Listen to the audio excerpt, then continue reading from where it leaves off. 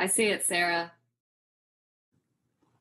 All right, sweet. So let's go ahead and get started. So hello, everyone, and welcome to EduMatch. Thank you so much for tuning in to this very special episode. Today, I'm super excited because we have, once again, the woman, the myth, the legend, Irene Bal, who is back with her class of students over at Loyola. So it is a pleasure to have all of you here. So it's now time for introductions. So if we could have the introduction starting with Regina. Hi, I'm Regina Moore. I'm a professional school counselor at Bowie High School in PG County. Wonderful. So glad to have you here. All right, let's next go to Jennifer. Hi, I'm Jennifer Moss. I'm vocal music teacher in Baltimore County, elementary level. Wonderful. Welcome, Jennifer. All right, we're going next to Bailey. Hi, I'm Bailey Green. I'm a special education teacher at an elementary school in Laurel, Maryland. Wonderful. Welcome to EduMatch. All right, next up we have Mary. Hi, I'm Mary Ford. I teach visual arts at Charles Carroll Barrister Elementary School in Baltimore City. Wonderful. Welcome, welcome, welcome. And next we have Tony. Hi, I'm Tony. I'm a substitute teacher at Baltimore County. All right, well, welcome, Tony. Great to have you on here. Next up, we have Jessica. Hi, my name is Jessica Smith. I teach high school English at an urban school in Baltimore City. Wonderful. Glad to have you here. All right, we have two Davids, so we will go to our first David, David D. Hi, I'm David Dutchrow. I teach English at Mount St. Joseph High School in Baltimore, Maryland. Wonderful. Glad to have you on board. All right, next up we have Denise. Hi, my name is Denise Green. I'm a kindergarten teacher in Baltimore City. Wonderful. So glad to have you on here, Denise. All right, we have our second David of the evening, David F. Hi, I'm David Fitzsimons. I teach middle school math at a K-8 school in Baltimore City called City Neighbors. Wonderful. Next up, we have Ashley. Hi, everyone. My name is Ashley Clark. I am a fifth grade math and science teacher at Baltimore Collegiate School for Boys in Baltimore City, Maryland. All right, very cool. And then next up, we have Lawrence. Hi, I'm Lawrence Toddy. I'm a math teacher in high school in Baltimore City. Wonderful. Welcome. And next up, we have Patty. Hi there. I'm a gifted and talented resource teacher at a middle school in Elkridge, Maryland. Wonderful. Glad to have you here. And we next have Dwayne. Hi, I'm also a substitute teacher for Baltimore County. All right, wonderful, wonderful, wonderful. So last and certainly not least, drum roll, please, we have Irene. So if you could introduce yourself and then take it away.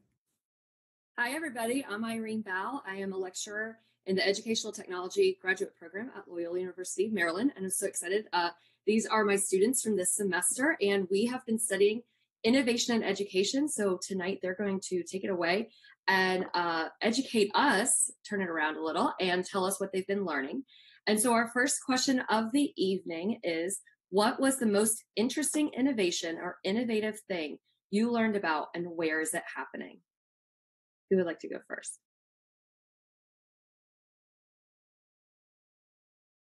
So one of the places that I was researching was SMASH, which is the Santa Monica Alternative Schoolhouse, and they do a couple things that I thought, in some ways, they're sort of going back to the way things used to be, but nowadays I think they'd be considered innovative. One of them is they have a whole curriculum around social emotional growth that goes from kindergarten up to 8th grade and develops with the kids, and they learn more and more about being a citizen, collaborating with people in a work environment, and all those kinds of things. And then also they do mixed age grouping, where rather than having like a specific kindergarten, first grade, second grade, they within those sort of developmental chunks of lower elementary and then middle and then middle school, they have the kids in more flexible groups by age instead of strict grades.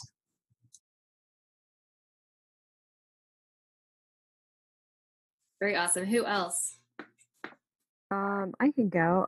The school that I had researched is called the Alt School in Palo Alto, California, and it was designed by billionaires from Silicon Valley, Mark Zuckerberg being one of them.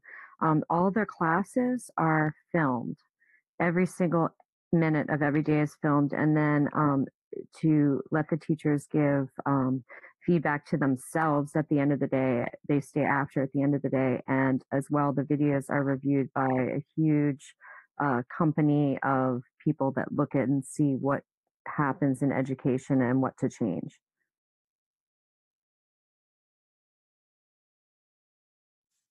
Awesome, Mary. Who else wants to tell us about something they learned? I have a question for Mary about her school. Is that all right to ask? Yes, please do, Patty. Mary, how did the students respond to the filming? Did they say at all? Did they like that, or did that whole make them feel a little hesitant?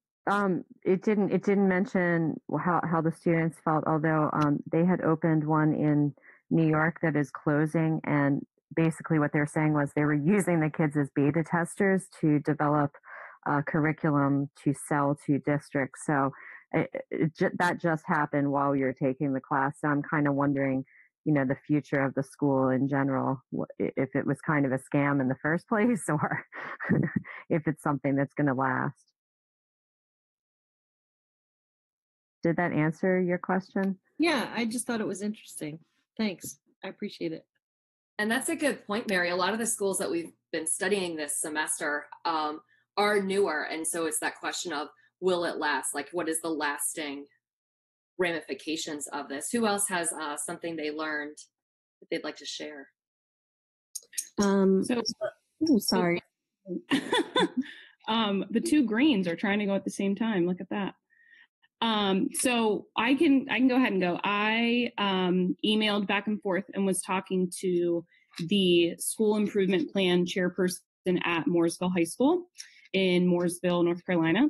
And they have one-to-one technology for every student, which is innovative. But another thing that they did that I thought was really interesting was they have partnerships with local community colleges, and it allows students to participate in dual enrollment, and they can complete more courses than would just be allowed at the high school level. So they're able to kind of access more through those partnerships than they would be if they were just accessing what was at Mooresville. So I thought that was really interesting. Awesome. One of the schools that I looked into was Innovations Academy, which is in San Diego, California. And what they did was that they opened a home learning community. So for students that were homeschooled, they gave them a chance to send their children to school for 2 days a week or 3 days a week. And it was a self-designed learning program. So the students that attended basically guided their whole learning program, whatever they were interested in, whatever their choice was, that's what they learned. And their project-based learning curriculum was based off whatever the students want to do instead of any teacher guides or anything like that. So I thought that was really interesting and would be a great direction to head for all schools. Awesome. Well, I think that will lead us nicely into our next question. And so from your research on innovation and innovative schools and the interviews you conducted, like Bailey was saying, the communication you had and the interviews you've done with students, parents, and the other educators, was there anything that surprised you in any of that research? I'll start off with this one. What I was most pleasantly surprised with was that the students that I interviewed unanimously said that they wish they did not feel as much pressure to take AP and honors courses, that they did so only because they felt the need to establish and maintain their GPA and their class ranking, because we put so much importance on words like valedictorian and things like that. One student expressed a lot of dismay that he had to, in his words, take an AP calculus class when he wanted to take philosophy and theology because it was what he was interested in. So this ties into what Denise just said. We're denying students the opportunity to follow their passions because we're putting a huge premium on grades. And the students are really starting to understand that and kind of buck that trend. And I think that's going to be the innovation we see most of all in the next 10 or so years, is a guided passion-based study, and as opposed to ETS and AP courses and things like that. To jump in on there with what David said, in our course we had to create our own innovative schools and then create a video, sort of a promotional video for that school. And the thing that I noticed in my class, at least, is that all of our schools were these sort of personalized learning plan schools where students would be either choosing their curriculum or choosing how content was presented, choosing how content was assessed, and that in almost every circumstance, the teacher became more of a mentor or a facilitator than an individual sort of keeper of the knowledge kind of situation. I also thought that I just thought that was really interesting that we worked in all these different groups, but functionally our schools were very similar in those regards. To kind of piggyback off of what David and Jessica just said, the Keystone School in Pennsylvania has kind of like an innovative idea where their classes is not just a semester long. If a child enrolls in a class, they have an entire year to complete all of the credit for it, and that was really cool. And then they don't do grades; they do progress reports. So as you're turning in the materials, you have a complete year to do that, but you're not like completely graded on it. You get progress reports based on your learning and stuff.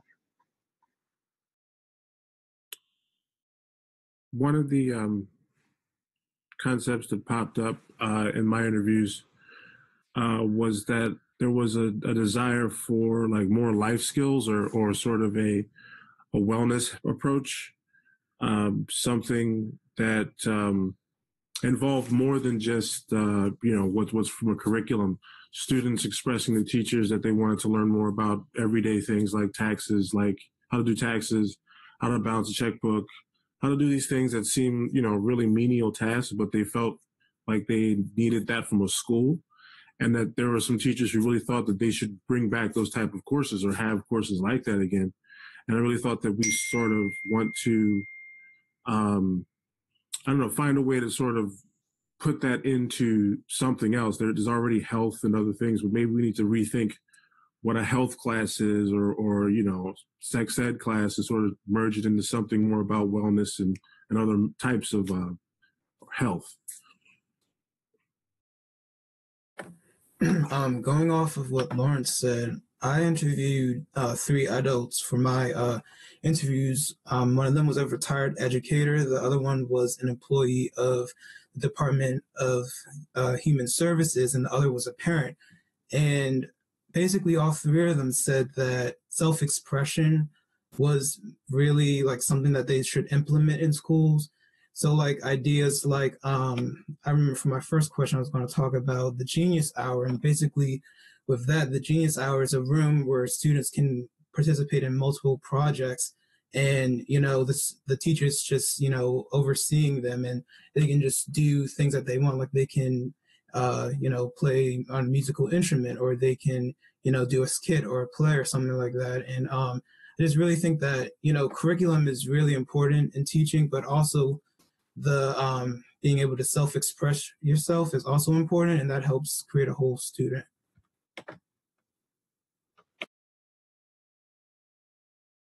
Something that came up that in mind, sorry to cut you off, Irene. Something that came off in mind was the support that my students had from their families and how they also wish that they could get more support, I think, from the outside community as well.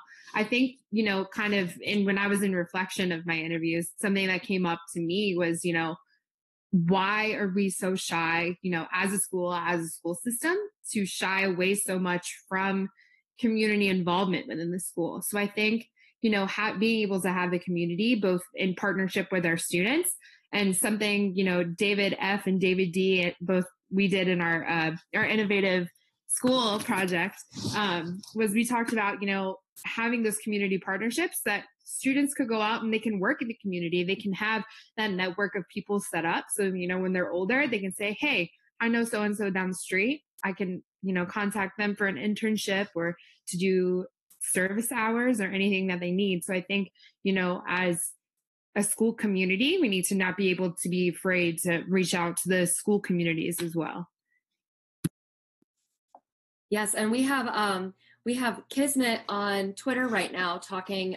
She's a high school music teacher in Baltimore County and joining us. And David D, she also reiterated that students have told her about the pressure to take AP classes or use dual enrollment. And it definitely hurts the fine arts. And actually, Kismet, we have quite a few fine arts related areas teachers in our group, which is really awesome. So I wondered if they had, or anyone had, any reflection on this, on like what David Dutro was saying on the AP classes and what Kismet's bringing up, and how it really hurts, especially when we're talking about this like passion-based and self-expression and really like, guide choice, and how these AP courses can hurt that for now and then in future. Does anyone have any comments?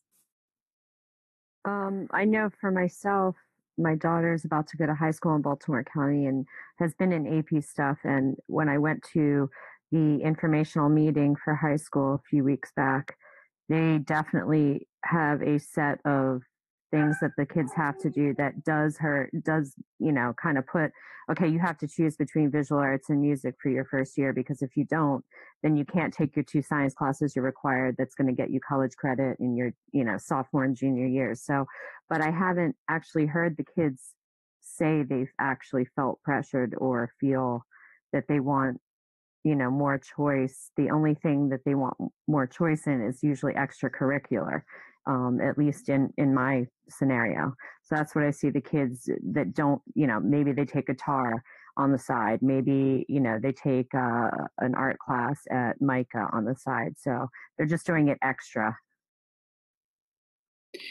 Yeah, and from an elementary standpoint, there's not as many options for students. Like their schedule's pretty clear. They don't really choose a whole lot, but I have worked in 5th grade for the last 4 years. So I work, as we get closer into the spring, I'll work a lot more with the middle school.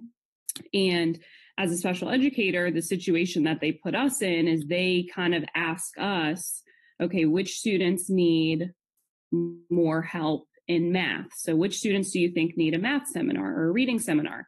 But then what they fail to tell us, or wait till the last minute to tell us, is that if I'm putting a student in a math seminar and a reading seminar, they cannot take any type of extra class.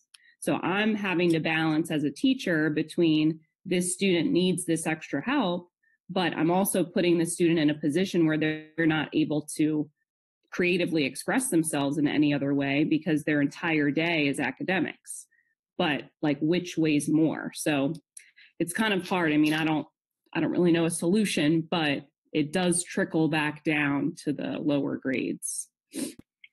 Kind of piggyback off of that too, when the students get into middle school, they can choose either art or music. They can't do both in that 6th grade year. And that's really pivotal for the instrumental students who are going into like the full lifelong middle school, high school trend. If they have to choose between, oh, I really love art, but I really want to play the trombone, it's hard for them to make that choice sometimes. What school do you teach at? Because I know that's not the case for my daughter's middle school in Baltimore County. So is it just your school, or is it something that the district is trying to trend on? I thought the kids, when they come to both myself and the instrumental teacher, they have like their first choice and second choice, and it's usually art or. Okay. Yeah. Like my daughter gets both actually, but I was just curious. Yeah, high school. It was one or the other, so I apologize. No, it could be different. I was just curious. It's Baltimore County you teach in, right? Yeah. I think this is interesting because in not just at the school level, but when in interviewing the participants for our studies that we did this semester, all of the individuals, both students and adults, framed their future desires around what they were personally motivated by, what resonated with them, be it the arts or be it robotics or biomedical engineering. So I think if we squash these things and students don't give them choice, then what are we saying to them about what their future looks like? So in allowing them to have choice in their daily education, that really enables them to say, yes, what I'm motivated by and what resonates with me as an individual is what I can foresee in my future. So I think we need to look at that when we look at the future of what our education system is going to be. Kind of on that same note, Patty, when I talk to educators, what I consistently hear, at least in my department and at my school, is that we're frustrated by having to teach only the core classes. But just like the students want to take more electives or more sort of passion classes, teachers want to offer more of those, but they're locked into, well, we have to have 5 sections of this English 1 or algebra class. So you can't have, statistical analysis as an elective or whatever that might be. And as far as the Bailey, when you were talking about students who needed reading and math seminar, the school that I did my research on is Lindsay High School in Lindsay, California. And they actually changed the way they structured their curriculum, I think last year at the start of the school year, because students weren't able to finish necessarily in a year, that some students needed more time. So they actually structure their day so that part of their day is kind of core classes, but students determine when they go to which classes based on how much help they need. And then the afternoons are those pathway classes, those electives and sort of career-centered classes, which I thought was really interesting because they added this extra sort of remediation time, which could also be acceleration time depending on where you were, so that students wouldn't have to cut those extras in order to get those sort of primary courses, or whatever we call them. I can't remember. Core. In my school, we call them the core. That's what it is. Jessica, that's pretty interesting. I want to hear more from you all about like that idea of having this time allotted for students to kind of do that exploration. And that kind of leads nicely into our third question of, is there an innovative educator or innovative idea or an innovative school that inspired you the most that you could see possibly bringing into your classroom, or even bringing possibly even into the county or your school? Like what inspired you within what you explored? Well, one school that I researched was Pilot Knobs 10 Magnet School, and it's a science technology school. And what I really liked about the school was that it focuses on a growth mindset, which instills in the child that the motivation that they can achieve their goals. And I just think that's important for students nowadays, because they might have a subject that they're not good in, and they would be like, well, I don't want to do it because I don't think I can do it. But by doing that, it helps them. And going off of what you were saying about this school, they offer elective STEM classes that allow them to explore their own interests. So I think that giving them that choice is actually what makes them a good, innovative school. And I think it would be a good model for all schools to copy off of.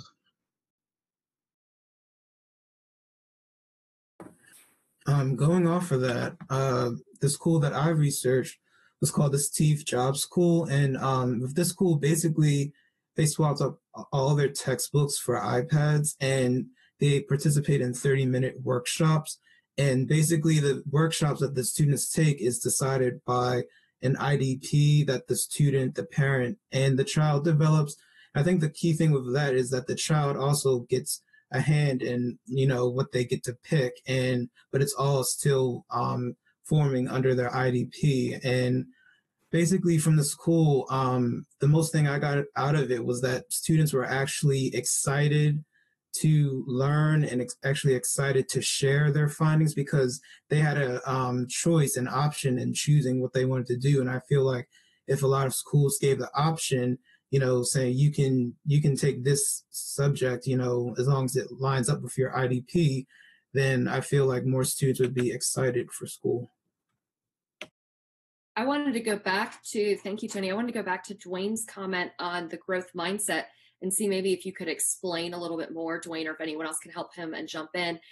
We have Dr. Keene, Kelly Keene, on the YouTube comments, and she commented that growth mindset is really becoming pervasive in education now more than ever. And so I was wondering if, for those people out there that might not know quite what growth mindset is, if we can kind of give them an idea So Dwayne or anyone else that can jump in and maybe an idea of growth mindset. So when I think of, and I talk to my students, I feel like all the time about growth mindset. So when I think of growth mindset, I'm kind of thinking, you know, what is that idea of being innovative, right? So to me, you know, when I think of innovation, I think of kind of like problem solving, but doing something through a new lens where you're approaching it in a different way. I don't always necessarily think that it has to be kind of like a new environment or new things necessarily to be innovative. So I kind of tie that into growth mindset. If you have the same kind of materials, but you're thinking about it in a positive way, you know, what can I do to make this better? Innovation. Well, what can I do to help my students understand math, for example, instead of just having them, you know, do worksheets? What can I do to get them engaged instead of being, you know, drawing all over the worksheets instead of actually doing their work? So when I think of that innovation piece, I definitely think that growth mindset ties directly into that. What I agree. Go ahead. So what we try and say a lot at the school that I work at is we focus on the word yet. So the students, you know, I'll tell them, you know, it's fine if you don't know how to multiply fractions. You just don't know how to multiply fractions yet. So you maybe can't do it now, but you'll eventually be able to do it. So just kind of instilling in them that it's okay not to know something. It's not an idea of like, you know everything, you just need to dig down deep. Like, it's okay not to know it. You will learn and eventually be able to do it. You just don't necessarily know it right now. So we call it the power of yet. And so a lot of teachers just have it in like huge font on their chalkboard, or they'll have a poster of it. And so we try to kind of remind kids of that if they're ever getting into that fixed mindset. And just to kind of piggyback on what everybody else has been saying here, I think that while we're focused on growth mindset a lot in schools, we fixate more on students' growth mindset, when really what Dwayne, Tony, Ashley, Bailey have been talking about, growth mindset really has to begin with the teacher. And if we don't open ourselves up to the different avenues where students can learn, we're never going to get students to accept that growth mindset. That's why I'm a big fan of, there's three people on Twitter that I follow religiously that are great. Matt Miller, who wrote Ditch That Textbook. Alice Keeler, who is on a personal crusade to rid the world of worksheets. And Star Sackstein, who wants to do away with grades completely in the classroom. And I think that kind of thinking is what I think of when I think of growth mindset, where we're giving students more opportunity to do the non-traditional, the non-boring, the worksheets, the things that, you know, were mimeographed 20 years ago because you're getting the same copies in class. And I think that those three individuals have done quite a bit to open up the minds of a great many educators. And so I'll throw their Twitter handles in the chat. Maybe we can get those up on YouTube or Twitter somehow.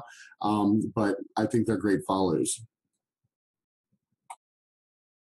Yes, and David, please throw those in the chat. I was typing, so I didn't catch them all, like Bailey said. And the David mentioned Matt Miller, and with the Ditch That Textbook, and he's doing Ditch Summit right now. And actually, Sarah was featured today. I was like fangirling a little bit, and I was like, oh my gosh, I know her. I'm talking to her face to face or via web conference tonight. So that's really awesome. Does anyone else have any other innovators or innovative educators or ideas or schools that inspired them before we move to our last question? Sorry. Go ahead. This wasn't necessarily related to the research that we've done in this class, but somebody that I've been following off and on for a couple of years is Eric Foster, and I'll put his Twitter handle in. And what's really interesting to me about what he's doing, and this might be more content specific, but he's actually moving towards mastery in standards-based grading in a high school English classroom. And so he started that in his classroom, and then it became a departmental thing, and it's sort of moving throughout their school. But I really look at a lot of his stuff and the ways he talks about things. It makes a lot of sense to me, and trying to figure out how I can move my kids in that. He also talks about the importance of you can have a mastery based education, but we still have to kind of hold kids accountable for things like coming to class. And so he has a grade that he calls employability, which I really like. And so you get an employability grade, and that's kind of based on how do you talk to people? Do you come to class? Are you prepared? Those kinds of things. And I think that's a really practical and concrete way for kids to think about those skills that as teachers we're always trying to grow, but which we don't always grade or don't always have good ways to grade, but which do impact the quality of the work that they're able to produce. So I'll put his Twitter name up there, but I think he's pretty neat. And real quick, to piggyback off of Jessica, we actually do standards-based grading at my school. And we're a charter school, so most of our parents were like, I have absolutely no idea what this is. We love standard-based grading so much because, instead of just saying, oh, you have a 82% in math. Okay, well, what does that tell me? What does that tell me? What does my child need to work on? What have they mastered? So definitely, I'm all for standards-based grading.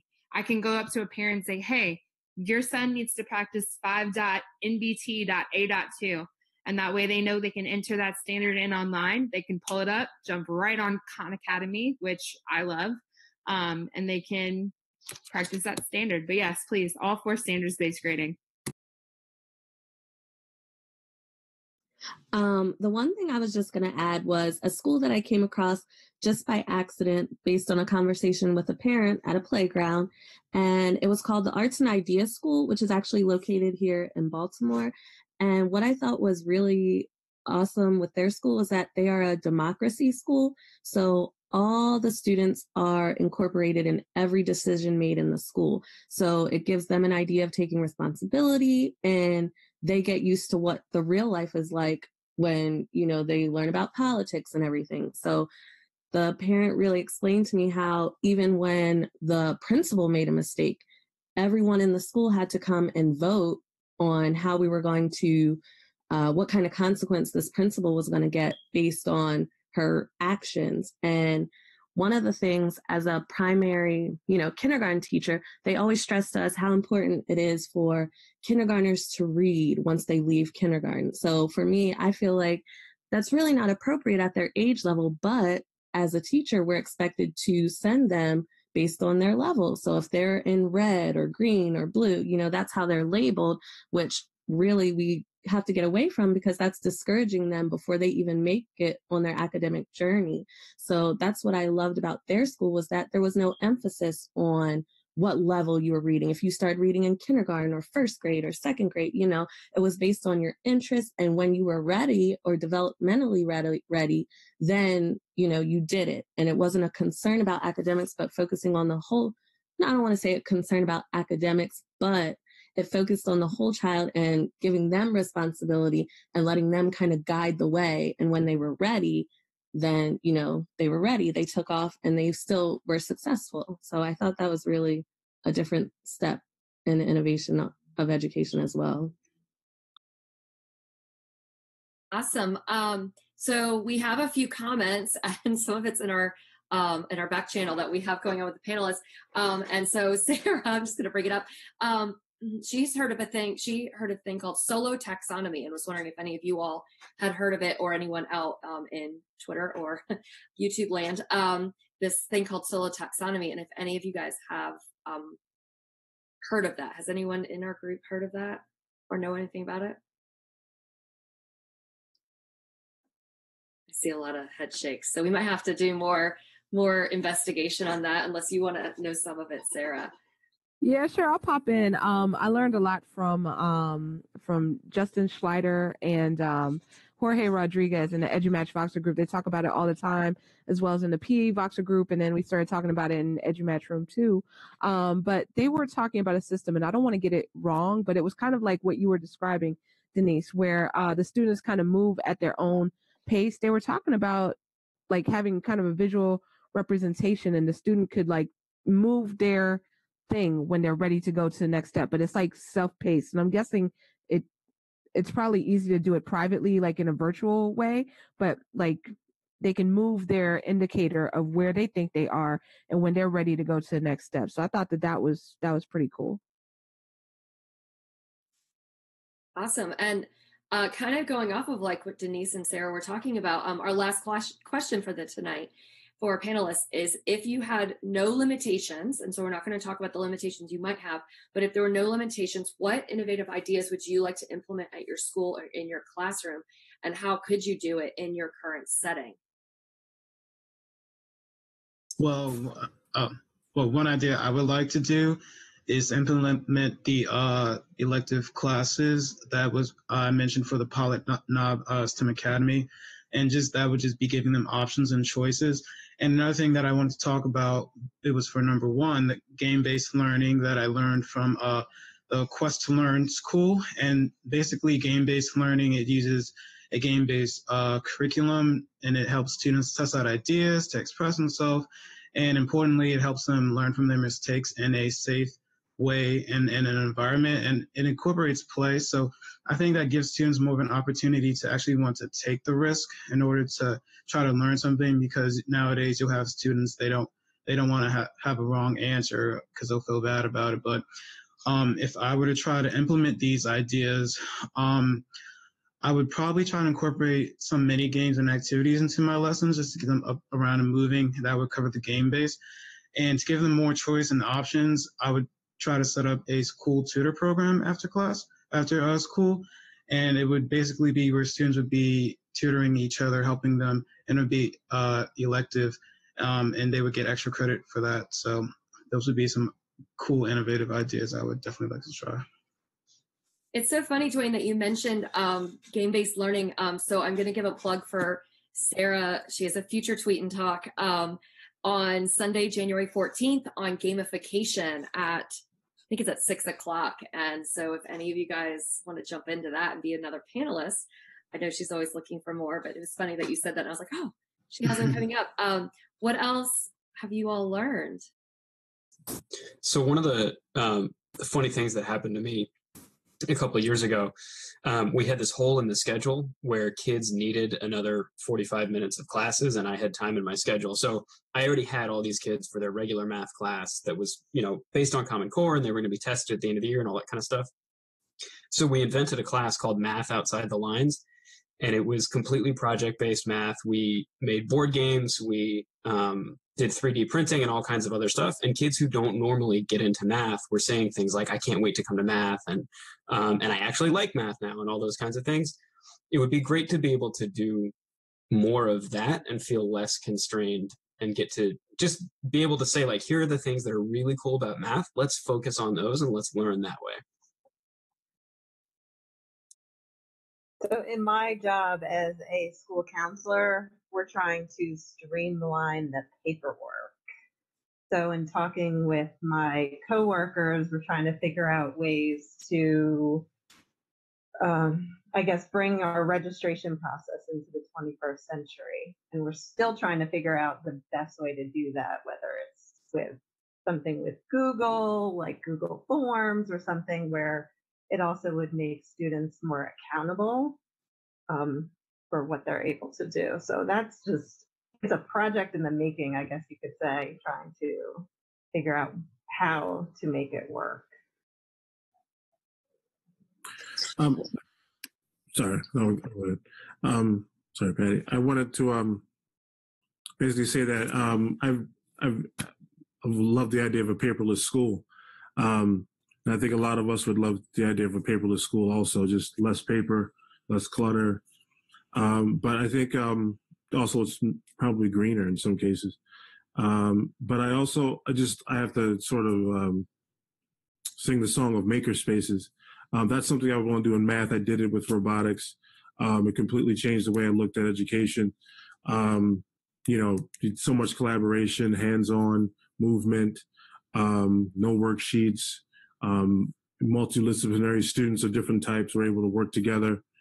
And different sort of, they weren't all, STEM focused, but they were able to sort of find something that they liked.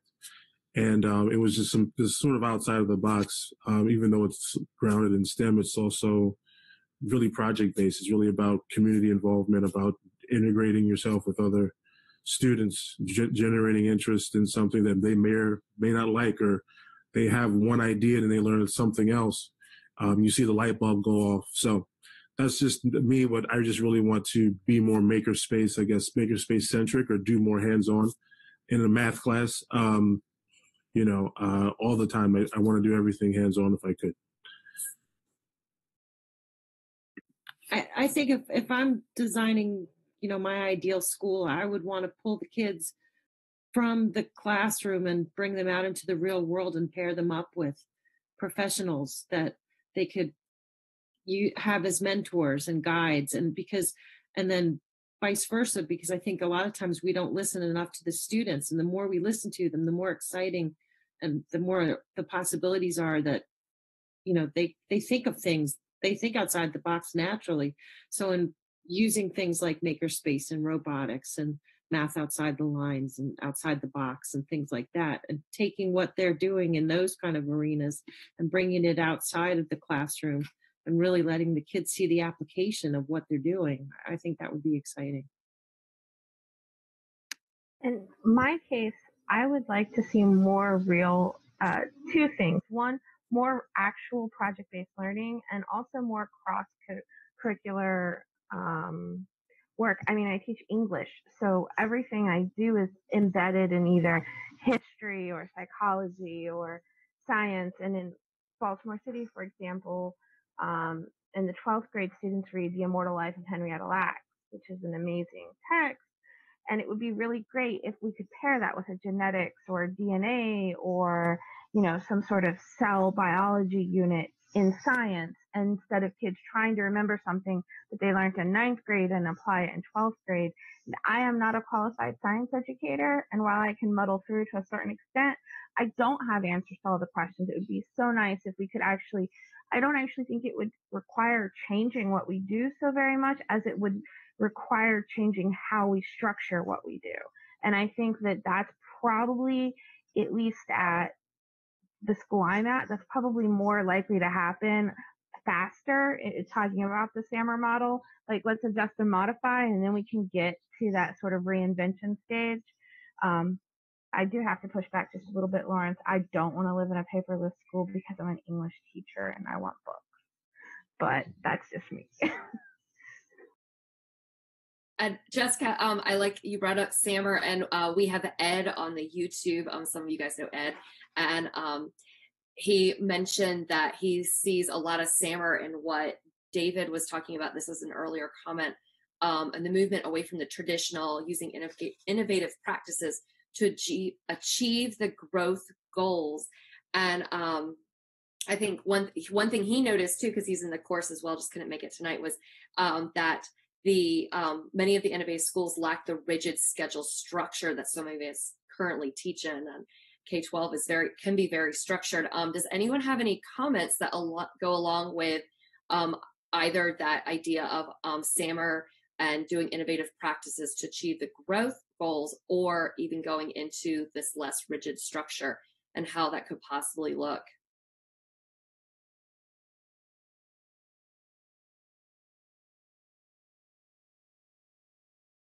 I think if we're looking at SAMR and we're wanting to move up the model, it's not just about technology and putting it into people's hands. It's about innovation. There's a big difference. I think that innovating with the technology means listening to the students and what they think are possibilities. Let them move up. They'll go faster than we can.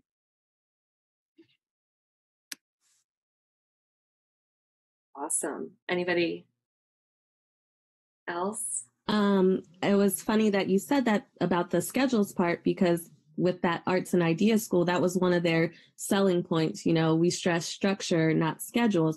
And I know as educators, a lot of time they give us our instructional schedule. Oh, math is an hour, ELA is 90 minutes. So we're so hung up on making sure we teach the content, where we may have gone through a whole day of lessons and nothing was learned. Whereas if we had time and more flexibility, who knows what the learning outcomes could be. And they could even learn more in that 90 minutes than with their own guided learning versus direct instruction and end up walking away with nothing. So I think that's a main point that needs to be stressed to those administrators who are pushing these schedules on us and not getting the results that they expect.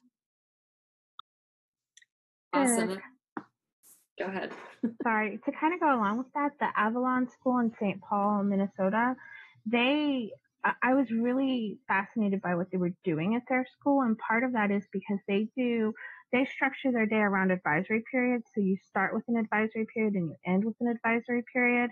And everybody goes to lunch at the same time. But other than that, your day is kind of scheduled by you and your advisor. So there are seminar courses that are usually, I think, 30 minutes, but it's a seminar and it's kind of like what you were saying, Denise. It's whatever that skill is that you need, that you might need to work through, that you might need an educator to help you with. And then you actually have structured project time and you decide how you're going to use that project time, whether that means, oh, I need to go back to this teacher and get some more help because I didn't understand that, or whether it means my friend and I are working on an irrigation problem and we're going to, go outside and work on that piece. But there's a lot of sort of student choice, but there's also a fair bit of accountability because then they come back together at the end of the day and they sort of reflect on what they accomplished and how and what the plan for the next day might be. And for me, that got me really excited. I was really interested in what they're doing there. And that's I think it's an 8 to 12 school. Awesome. Well, unfortunately, we are out of time. Sarah has another exciting tweet and chat in just a few minutes. But for all those out there, we are all on Twitter. And so we'll blast that everybody's handle again. And I've been trying to tweet as we go. Does anyone have any last words before we all sign off? Doesn't look like it. So thank you guys for joining us. And we hope you got inspired and have more innovation, to bring back to your classroom some ideas and what's out there. Well, thank you so much, Irene, and thank you so much to everyone who joined us today. What a great conversation. Loved hearing from all of you and definitely wanted to invite you all to come back. So, we do this every week. So you could just find us at podcast with an s.edumatch.org/sign up. So for everyone watching, tune in 13 minutes. We are going to be talking with Josh Falaise, Dr. Josh Falaise. He is a contributing author to EduMatch Snapshot in Education 2017. So that's going to go live, same bad time, same bad channel, 7 p.m. Well, actually not the same bad time, but the same bad channel, 7 p.m. Eastern Standard Time. So tune in 12 minutes. And this show will be available as a podcast on anywhere you go to get your podcasts in the coming weeks. So check back in, and thank you so much to everyone. Thank you.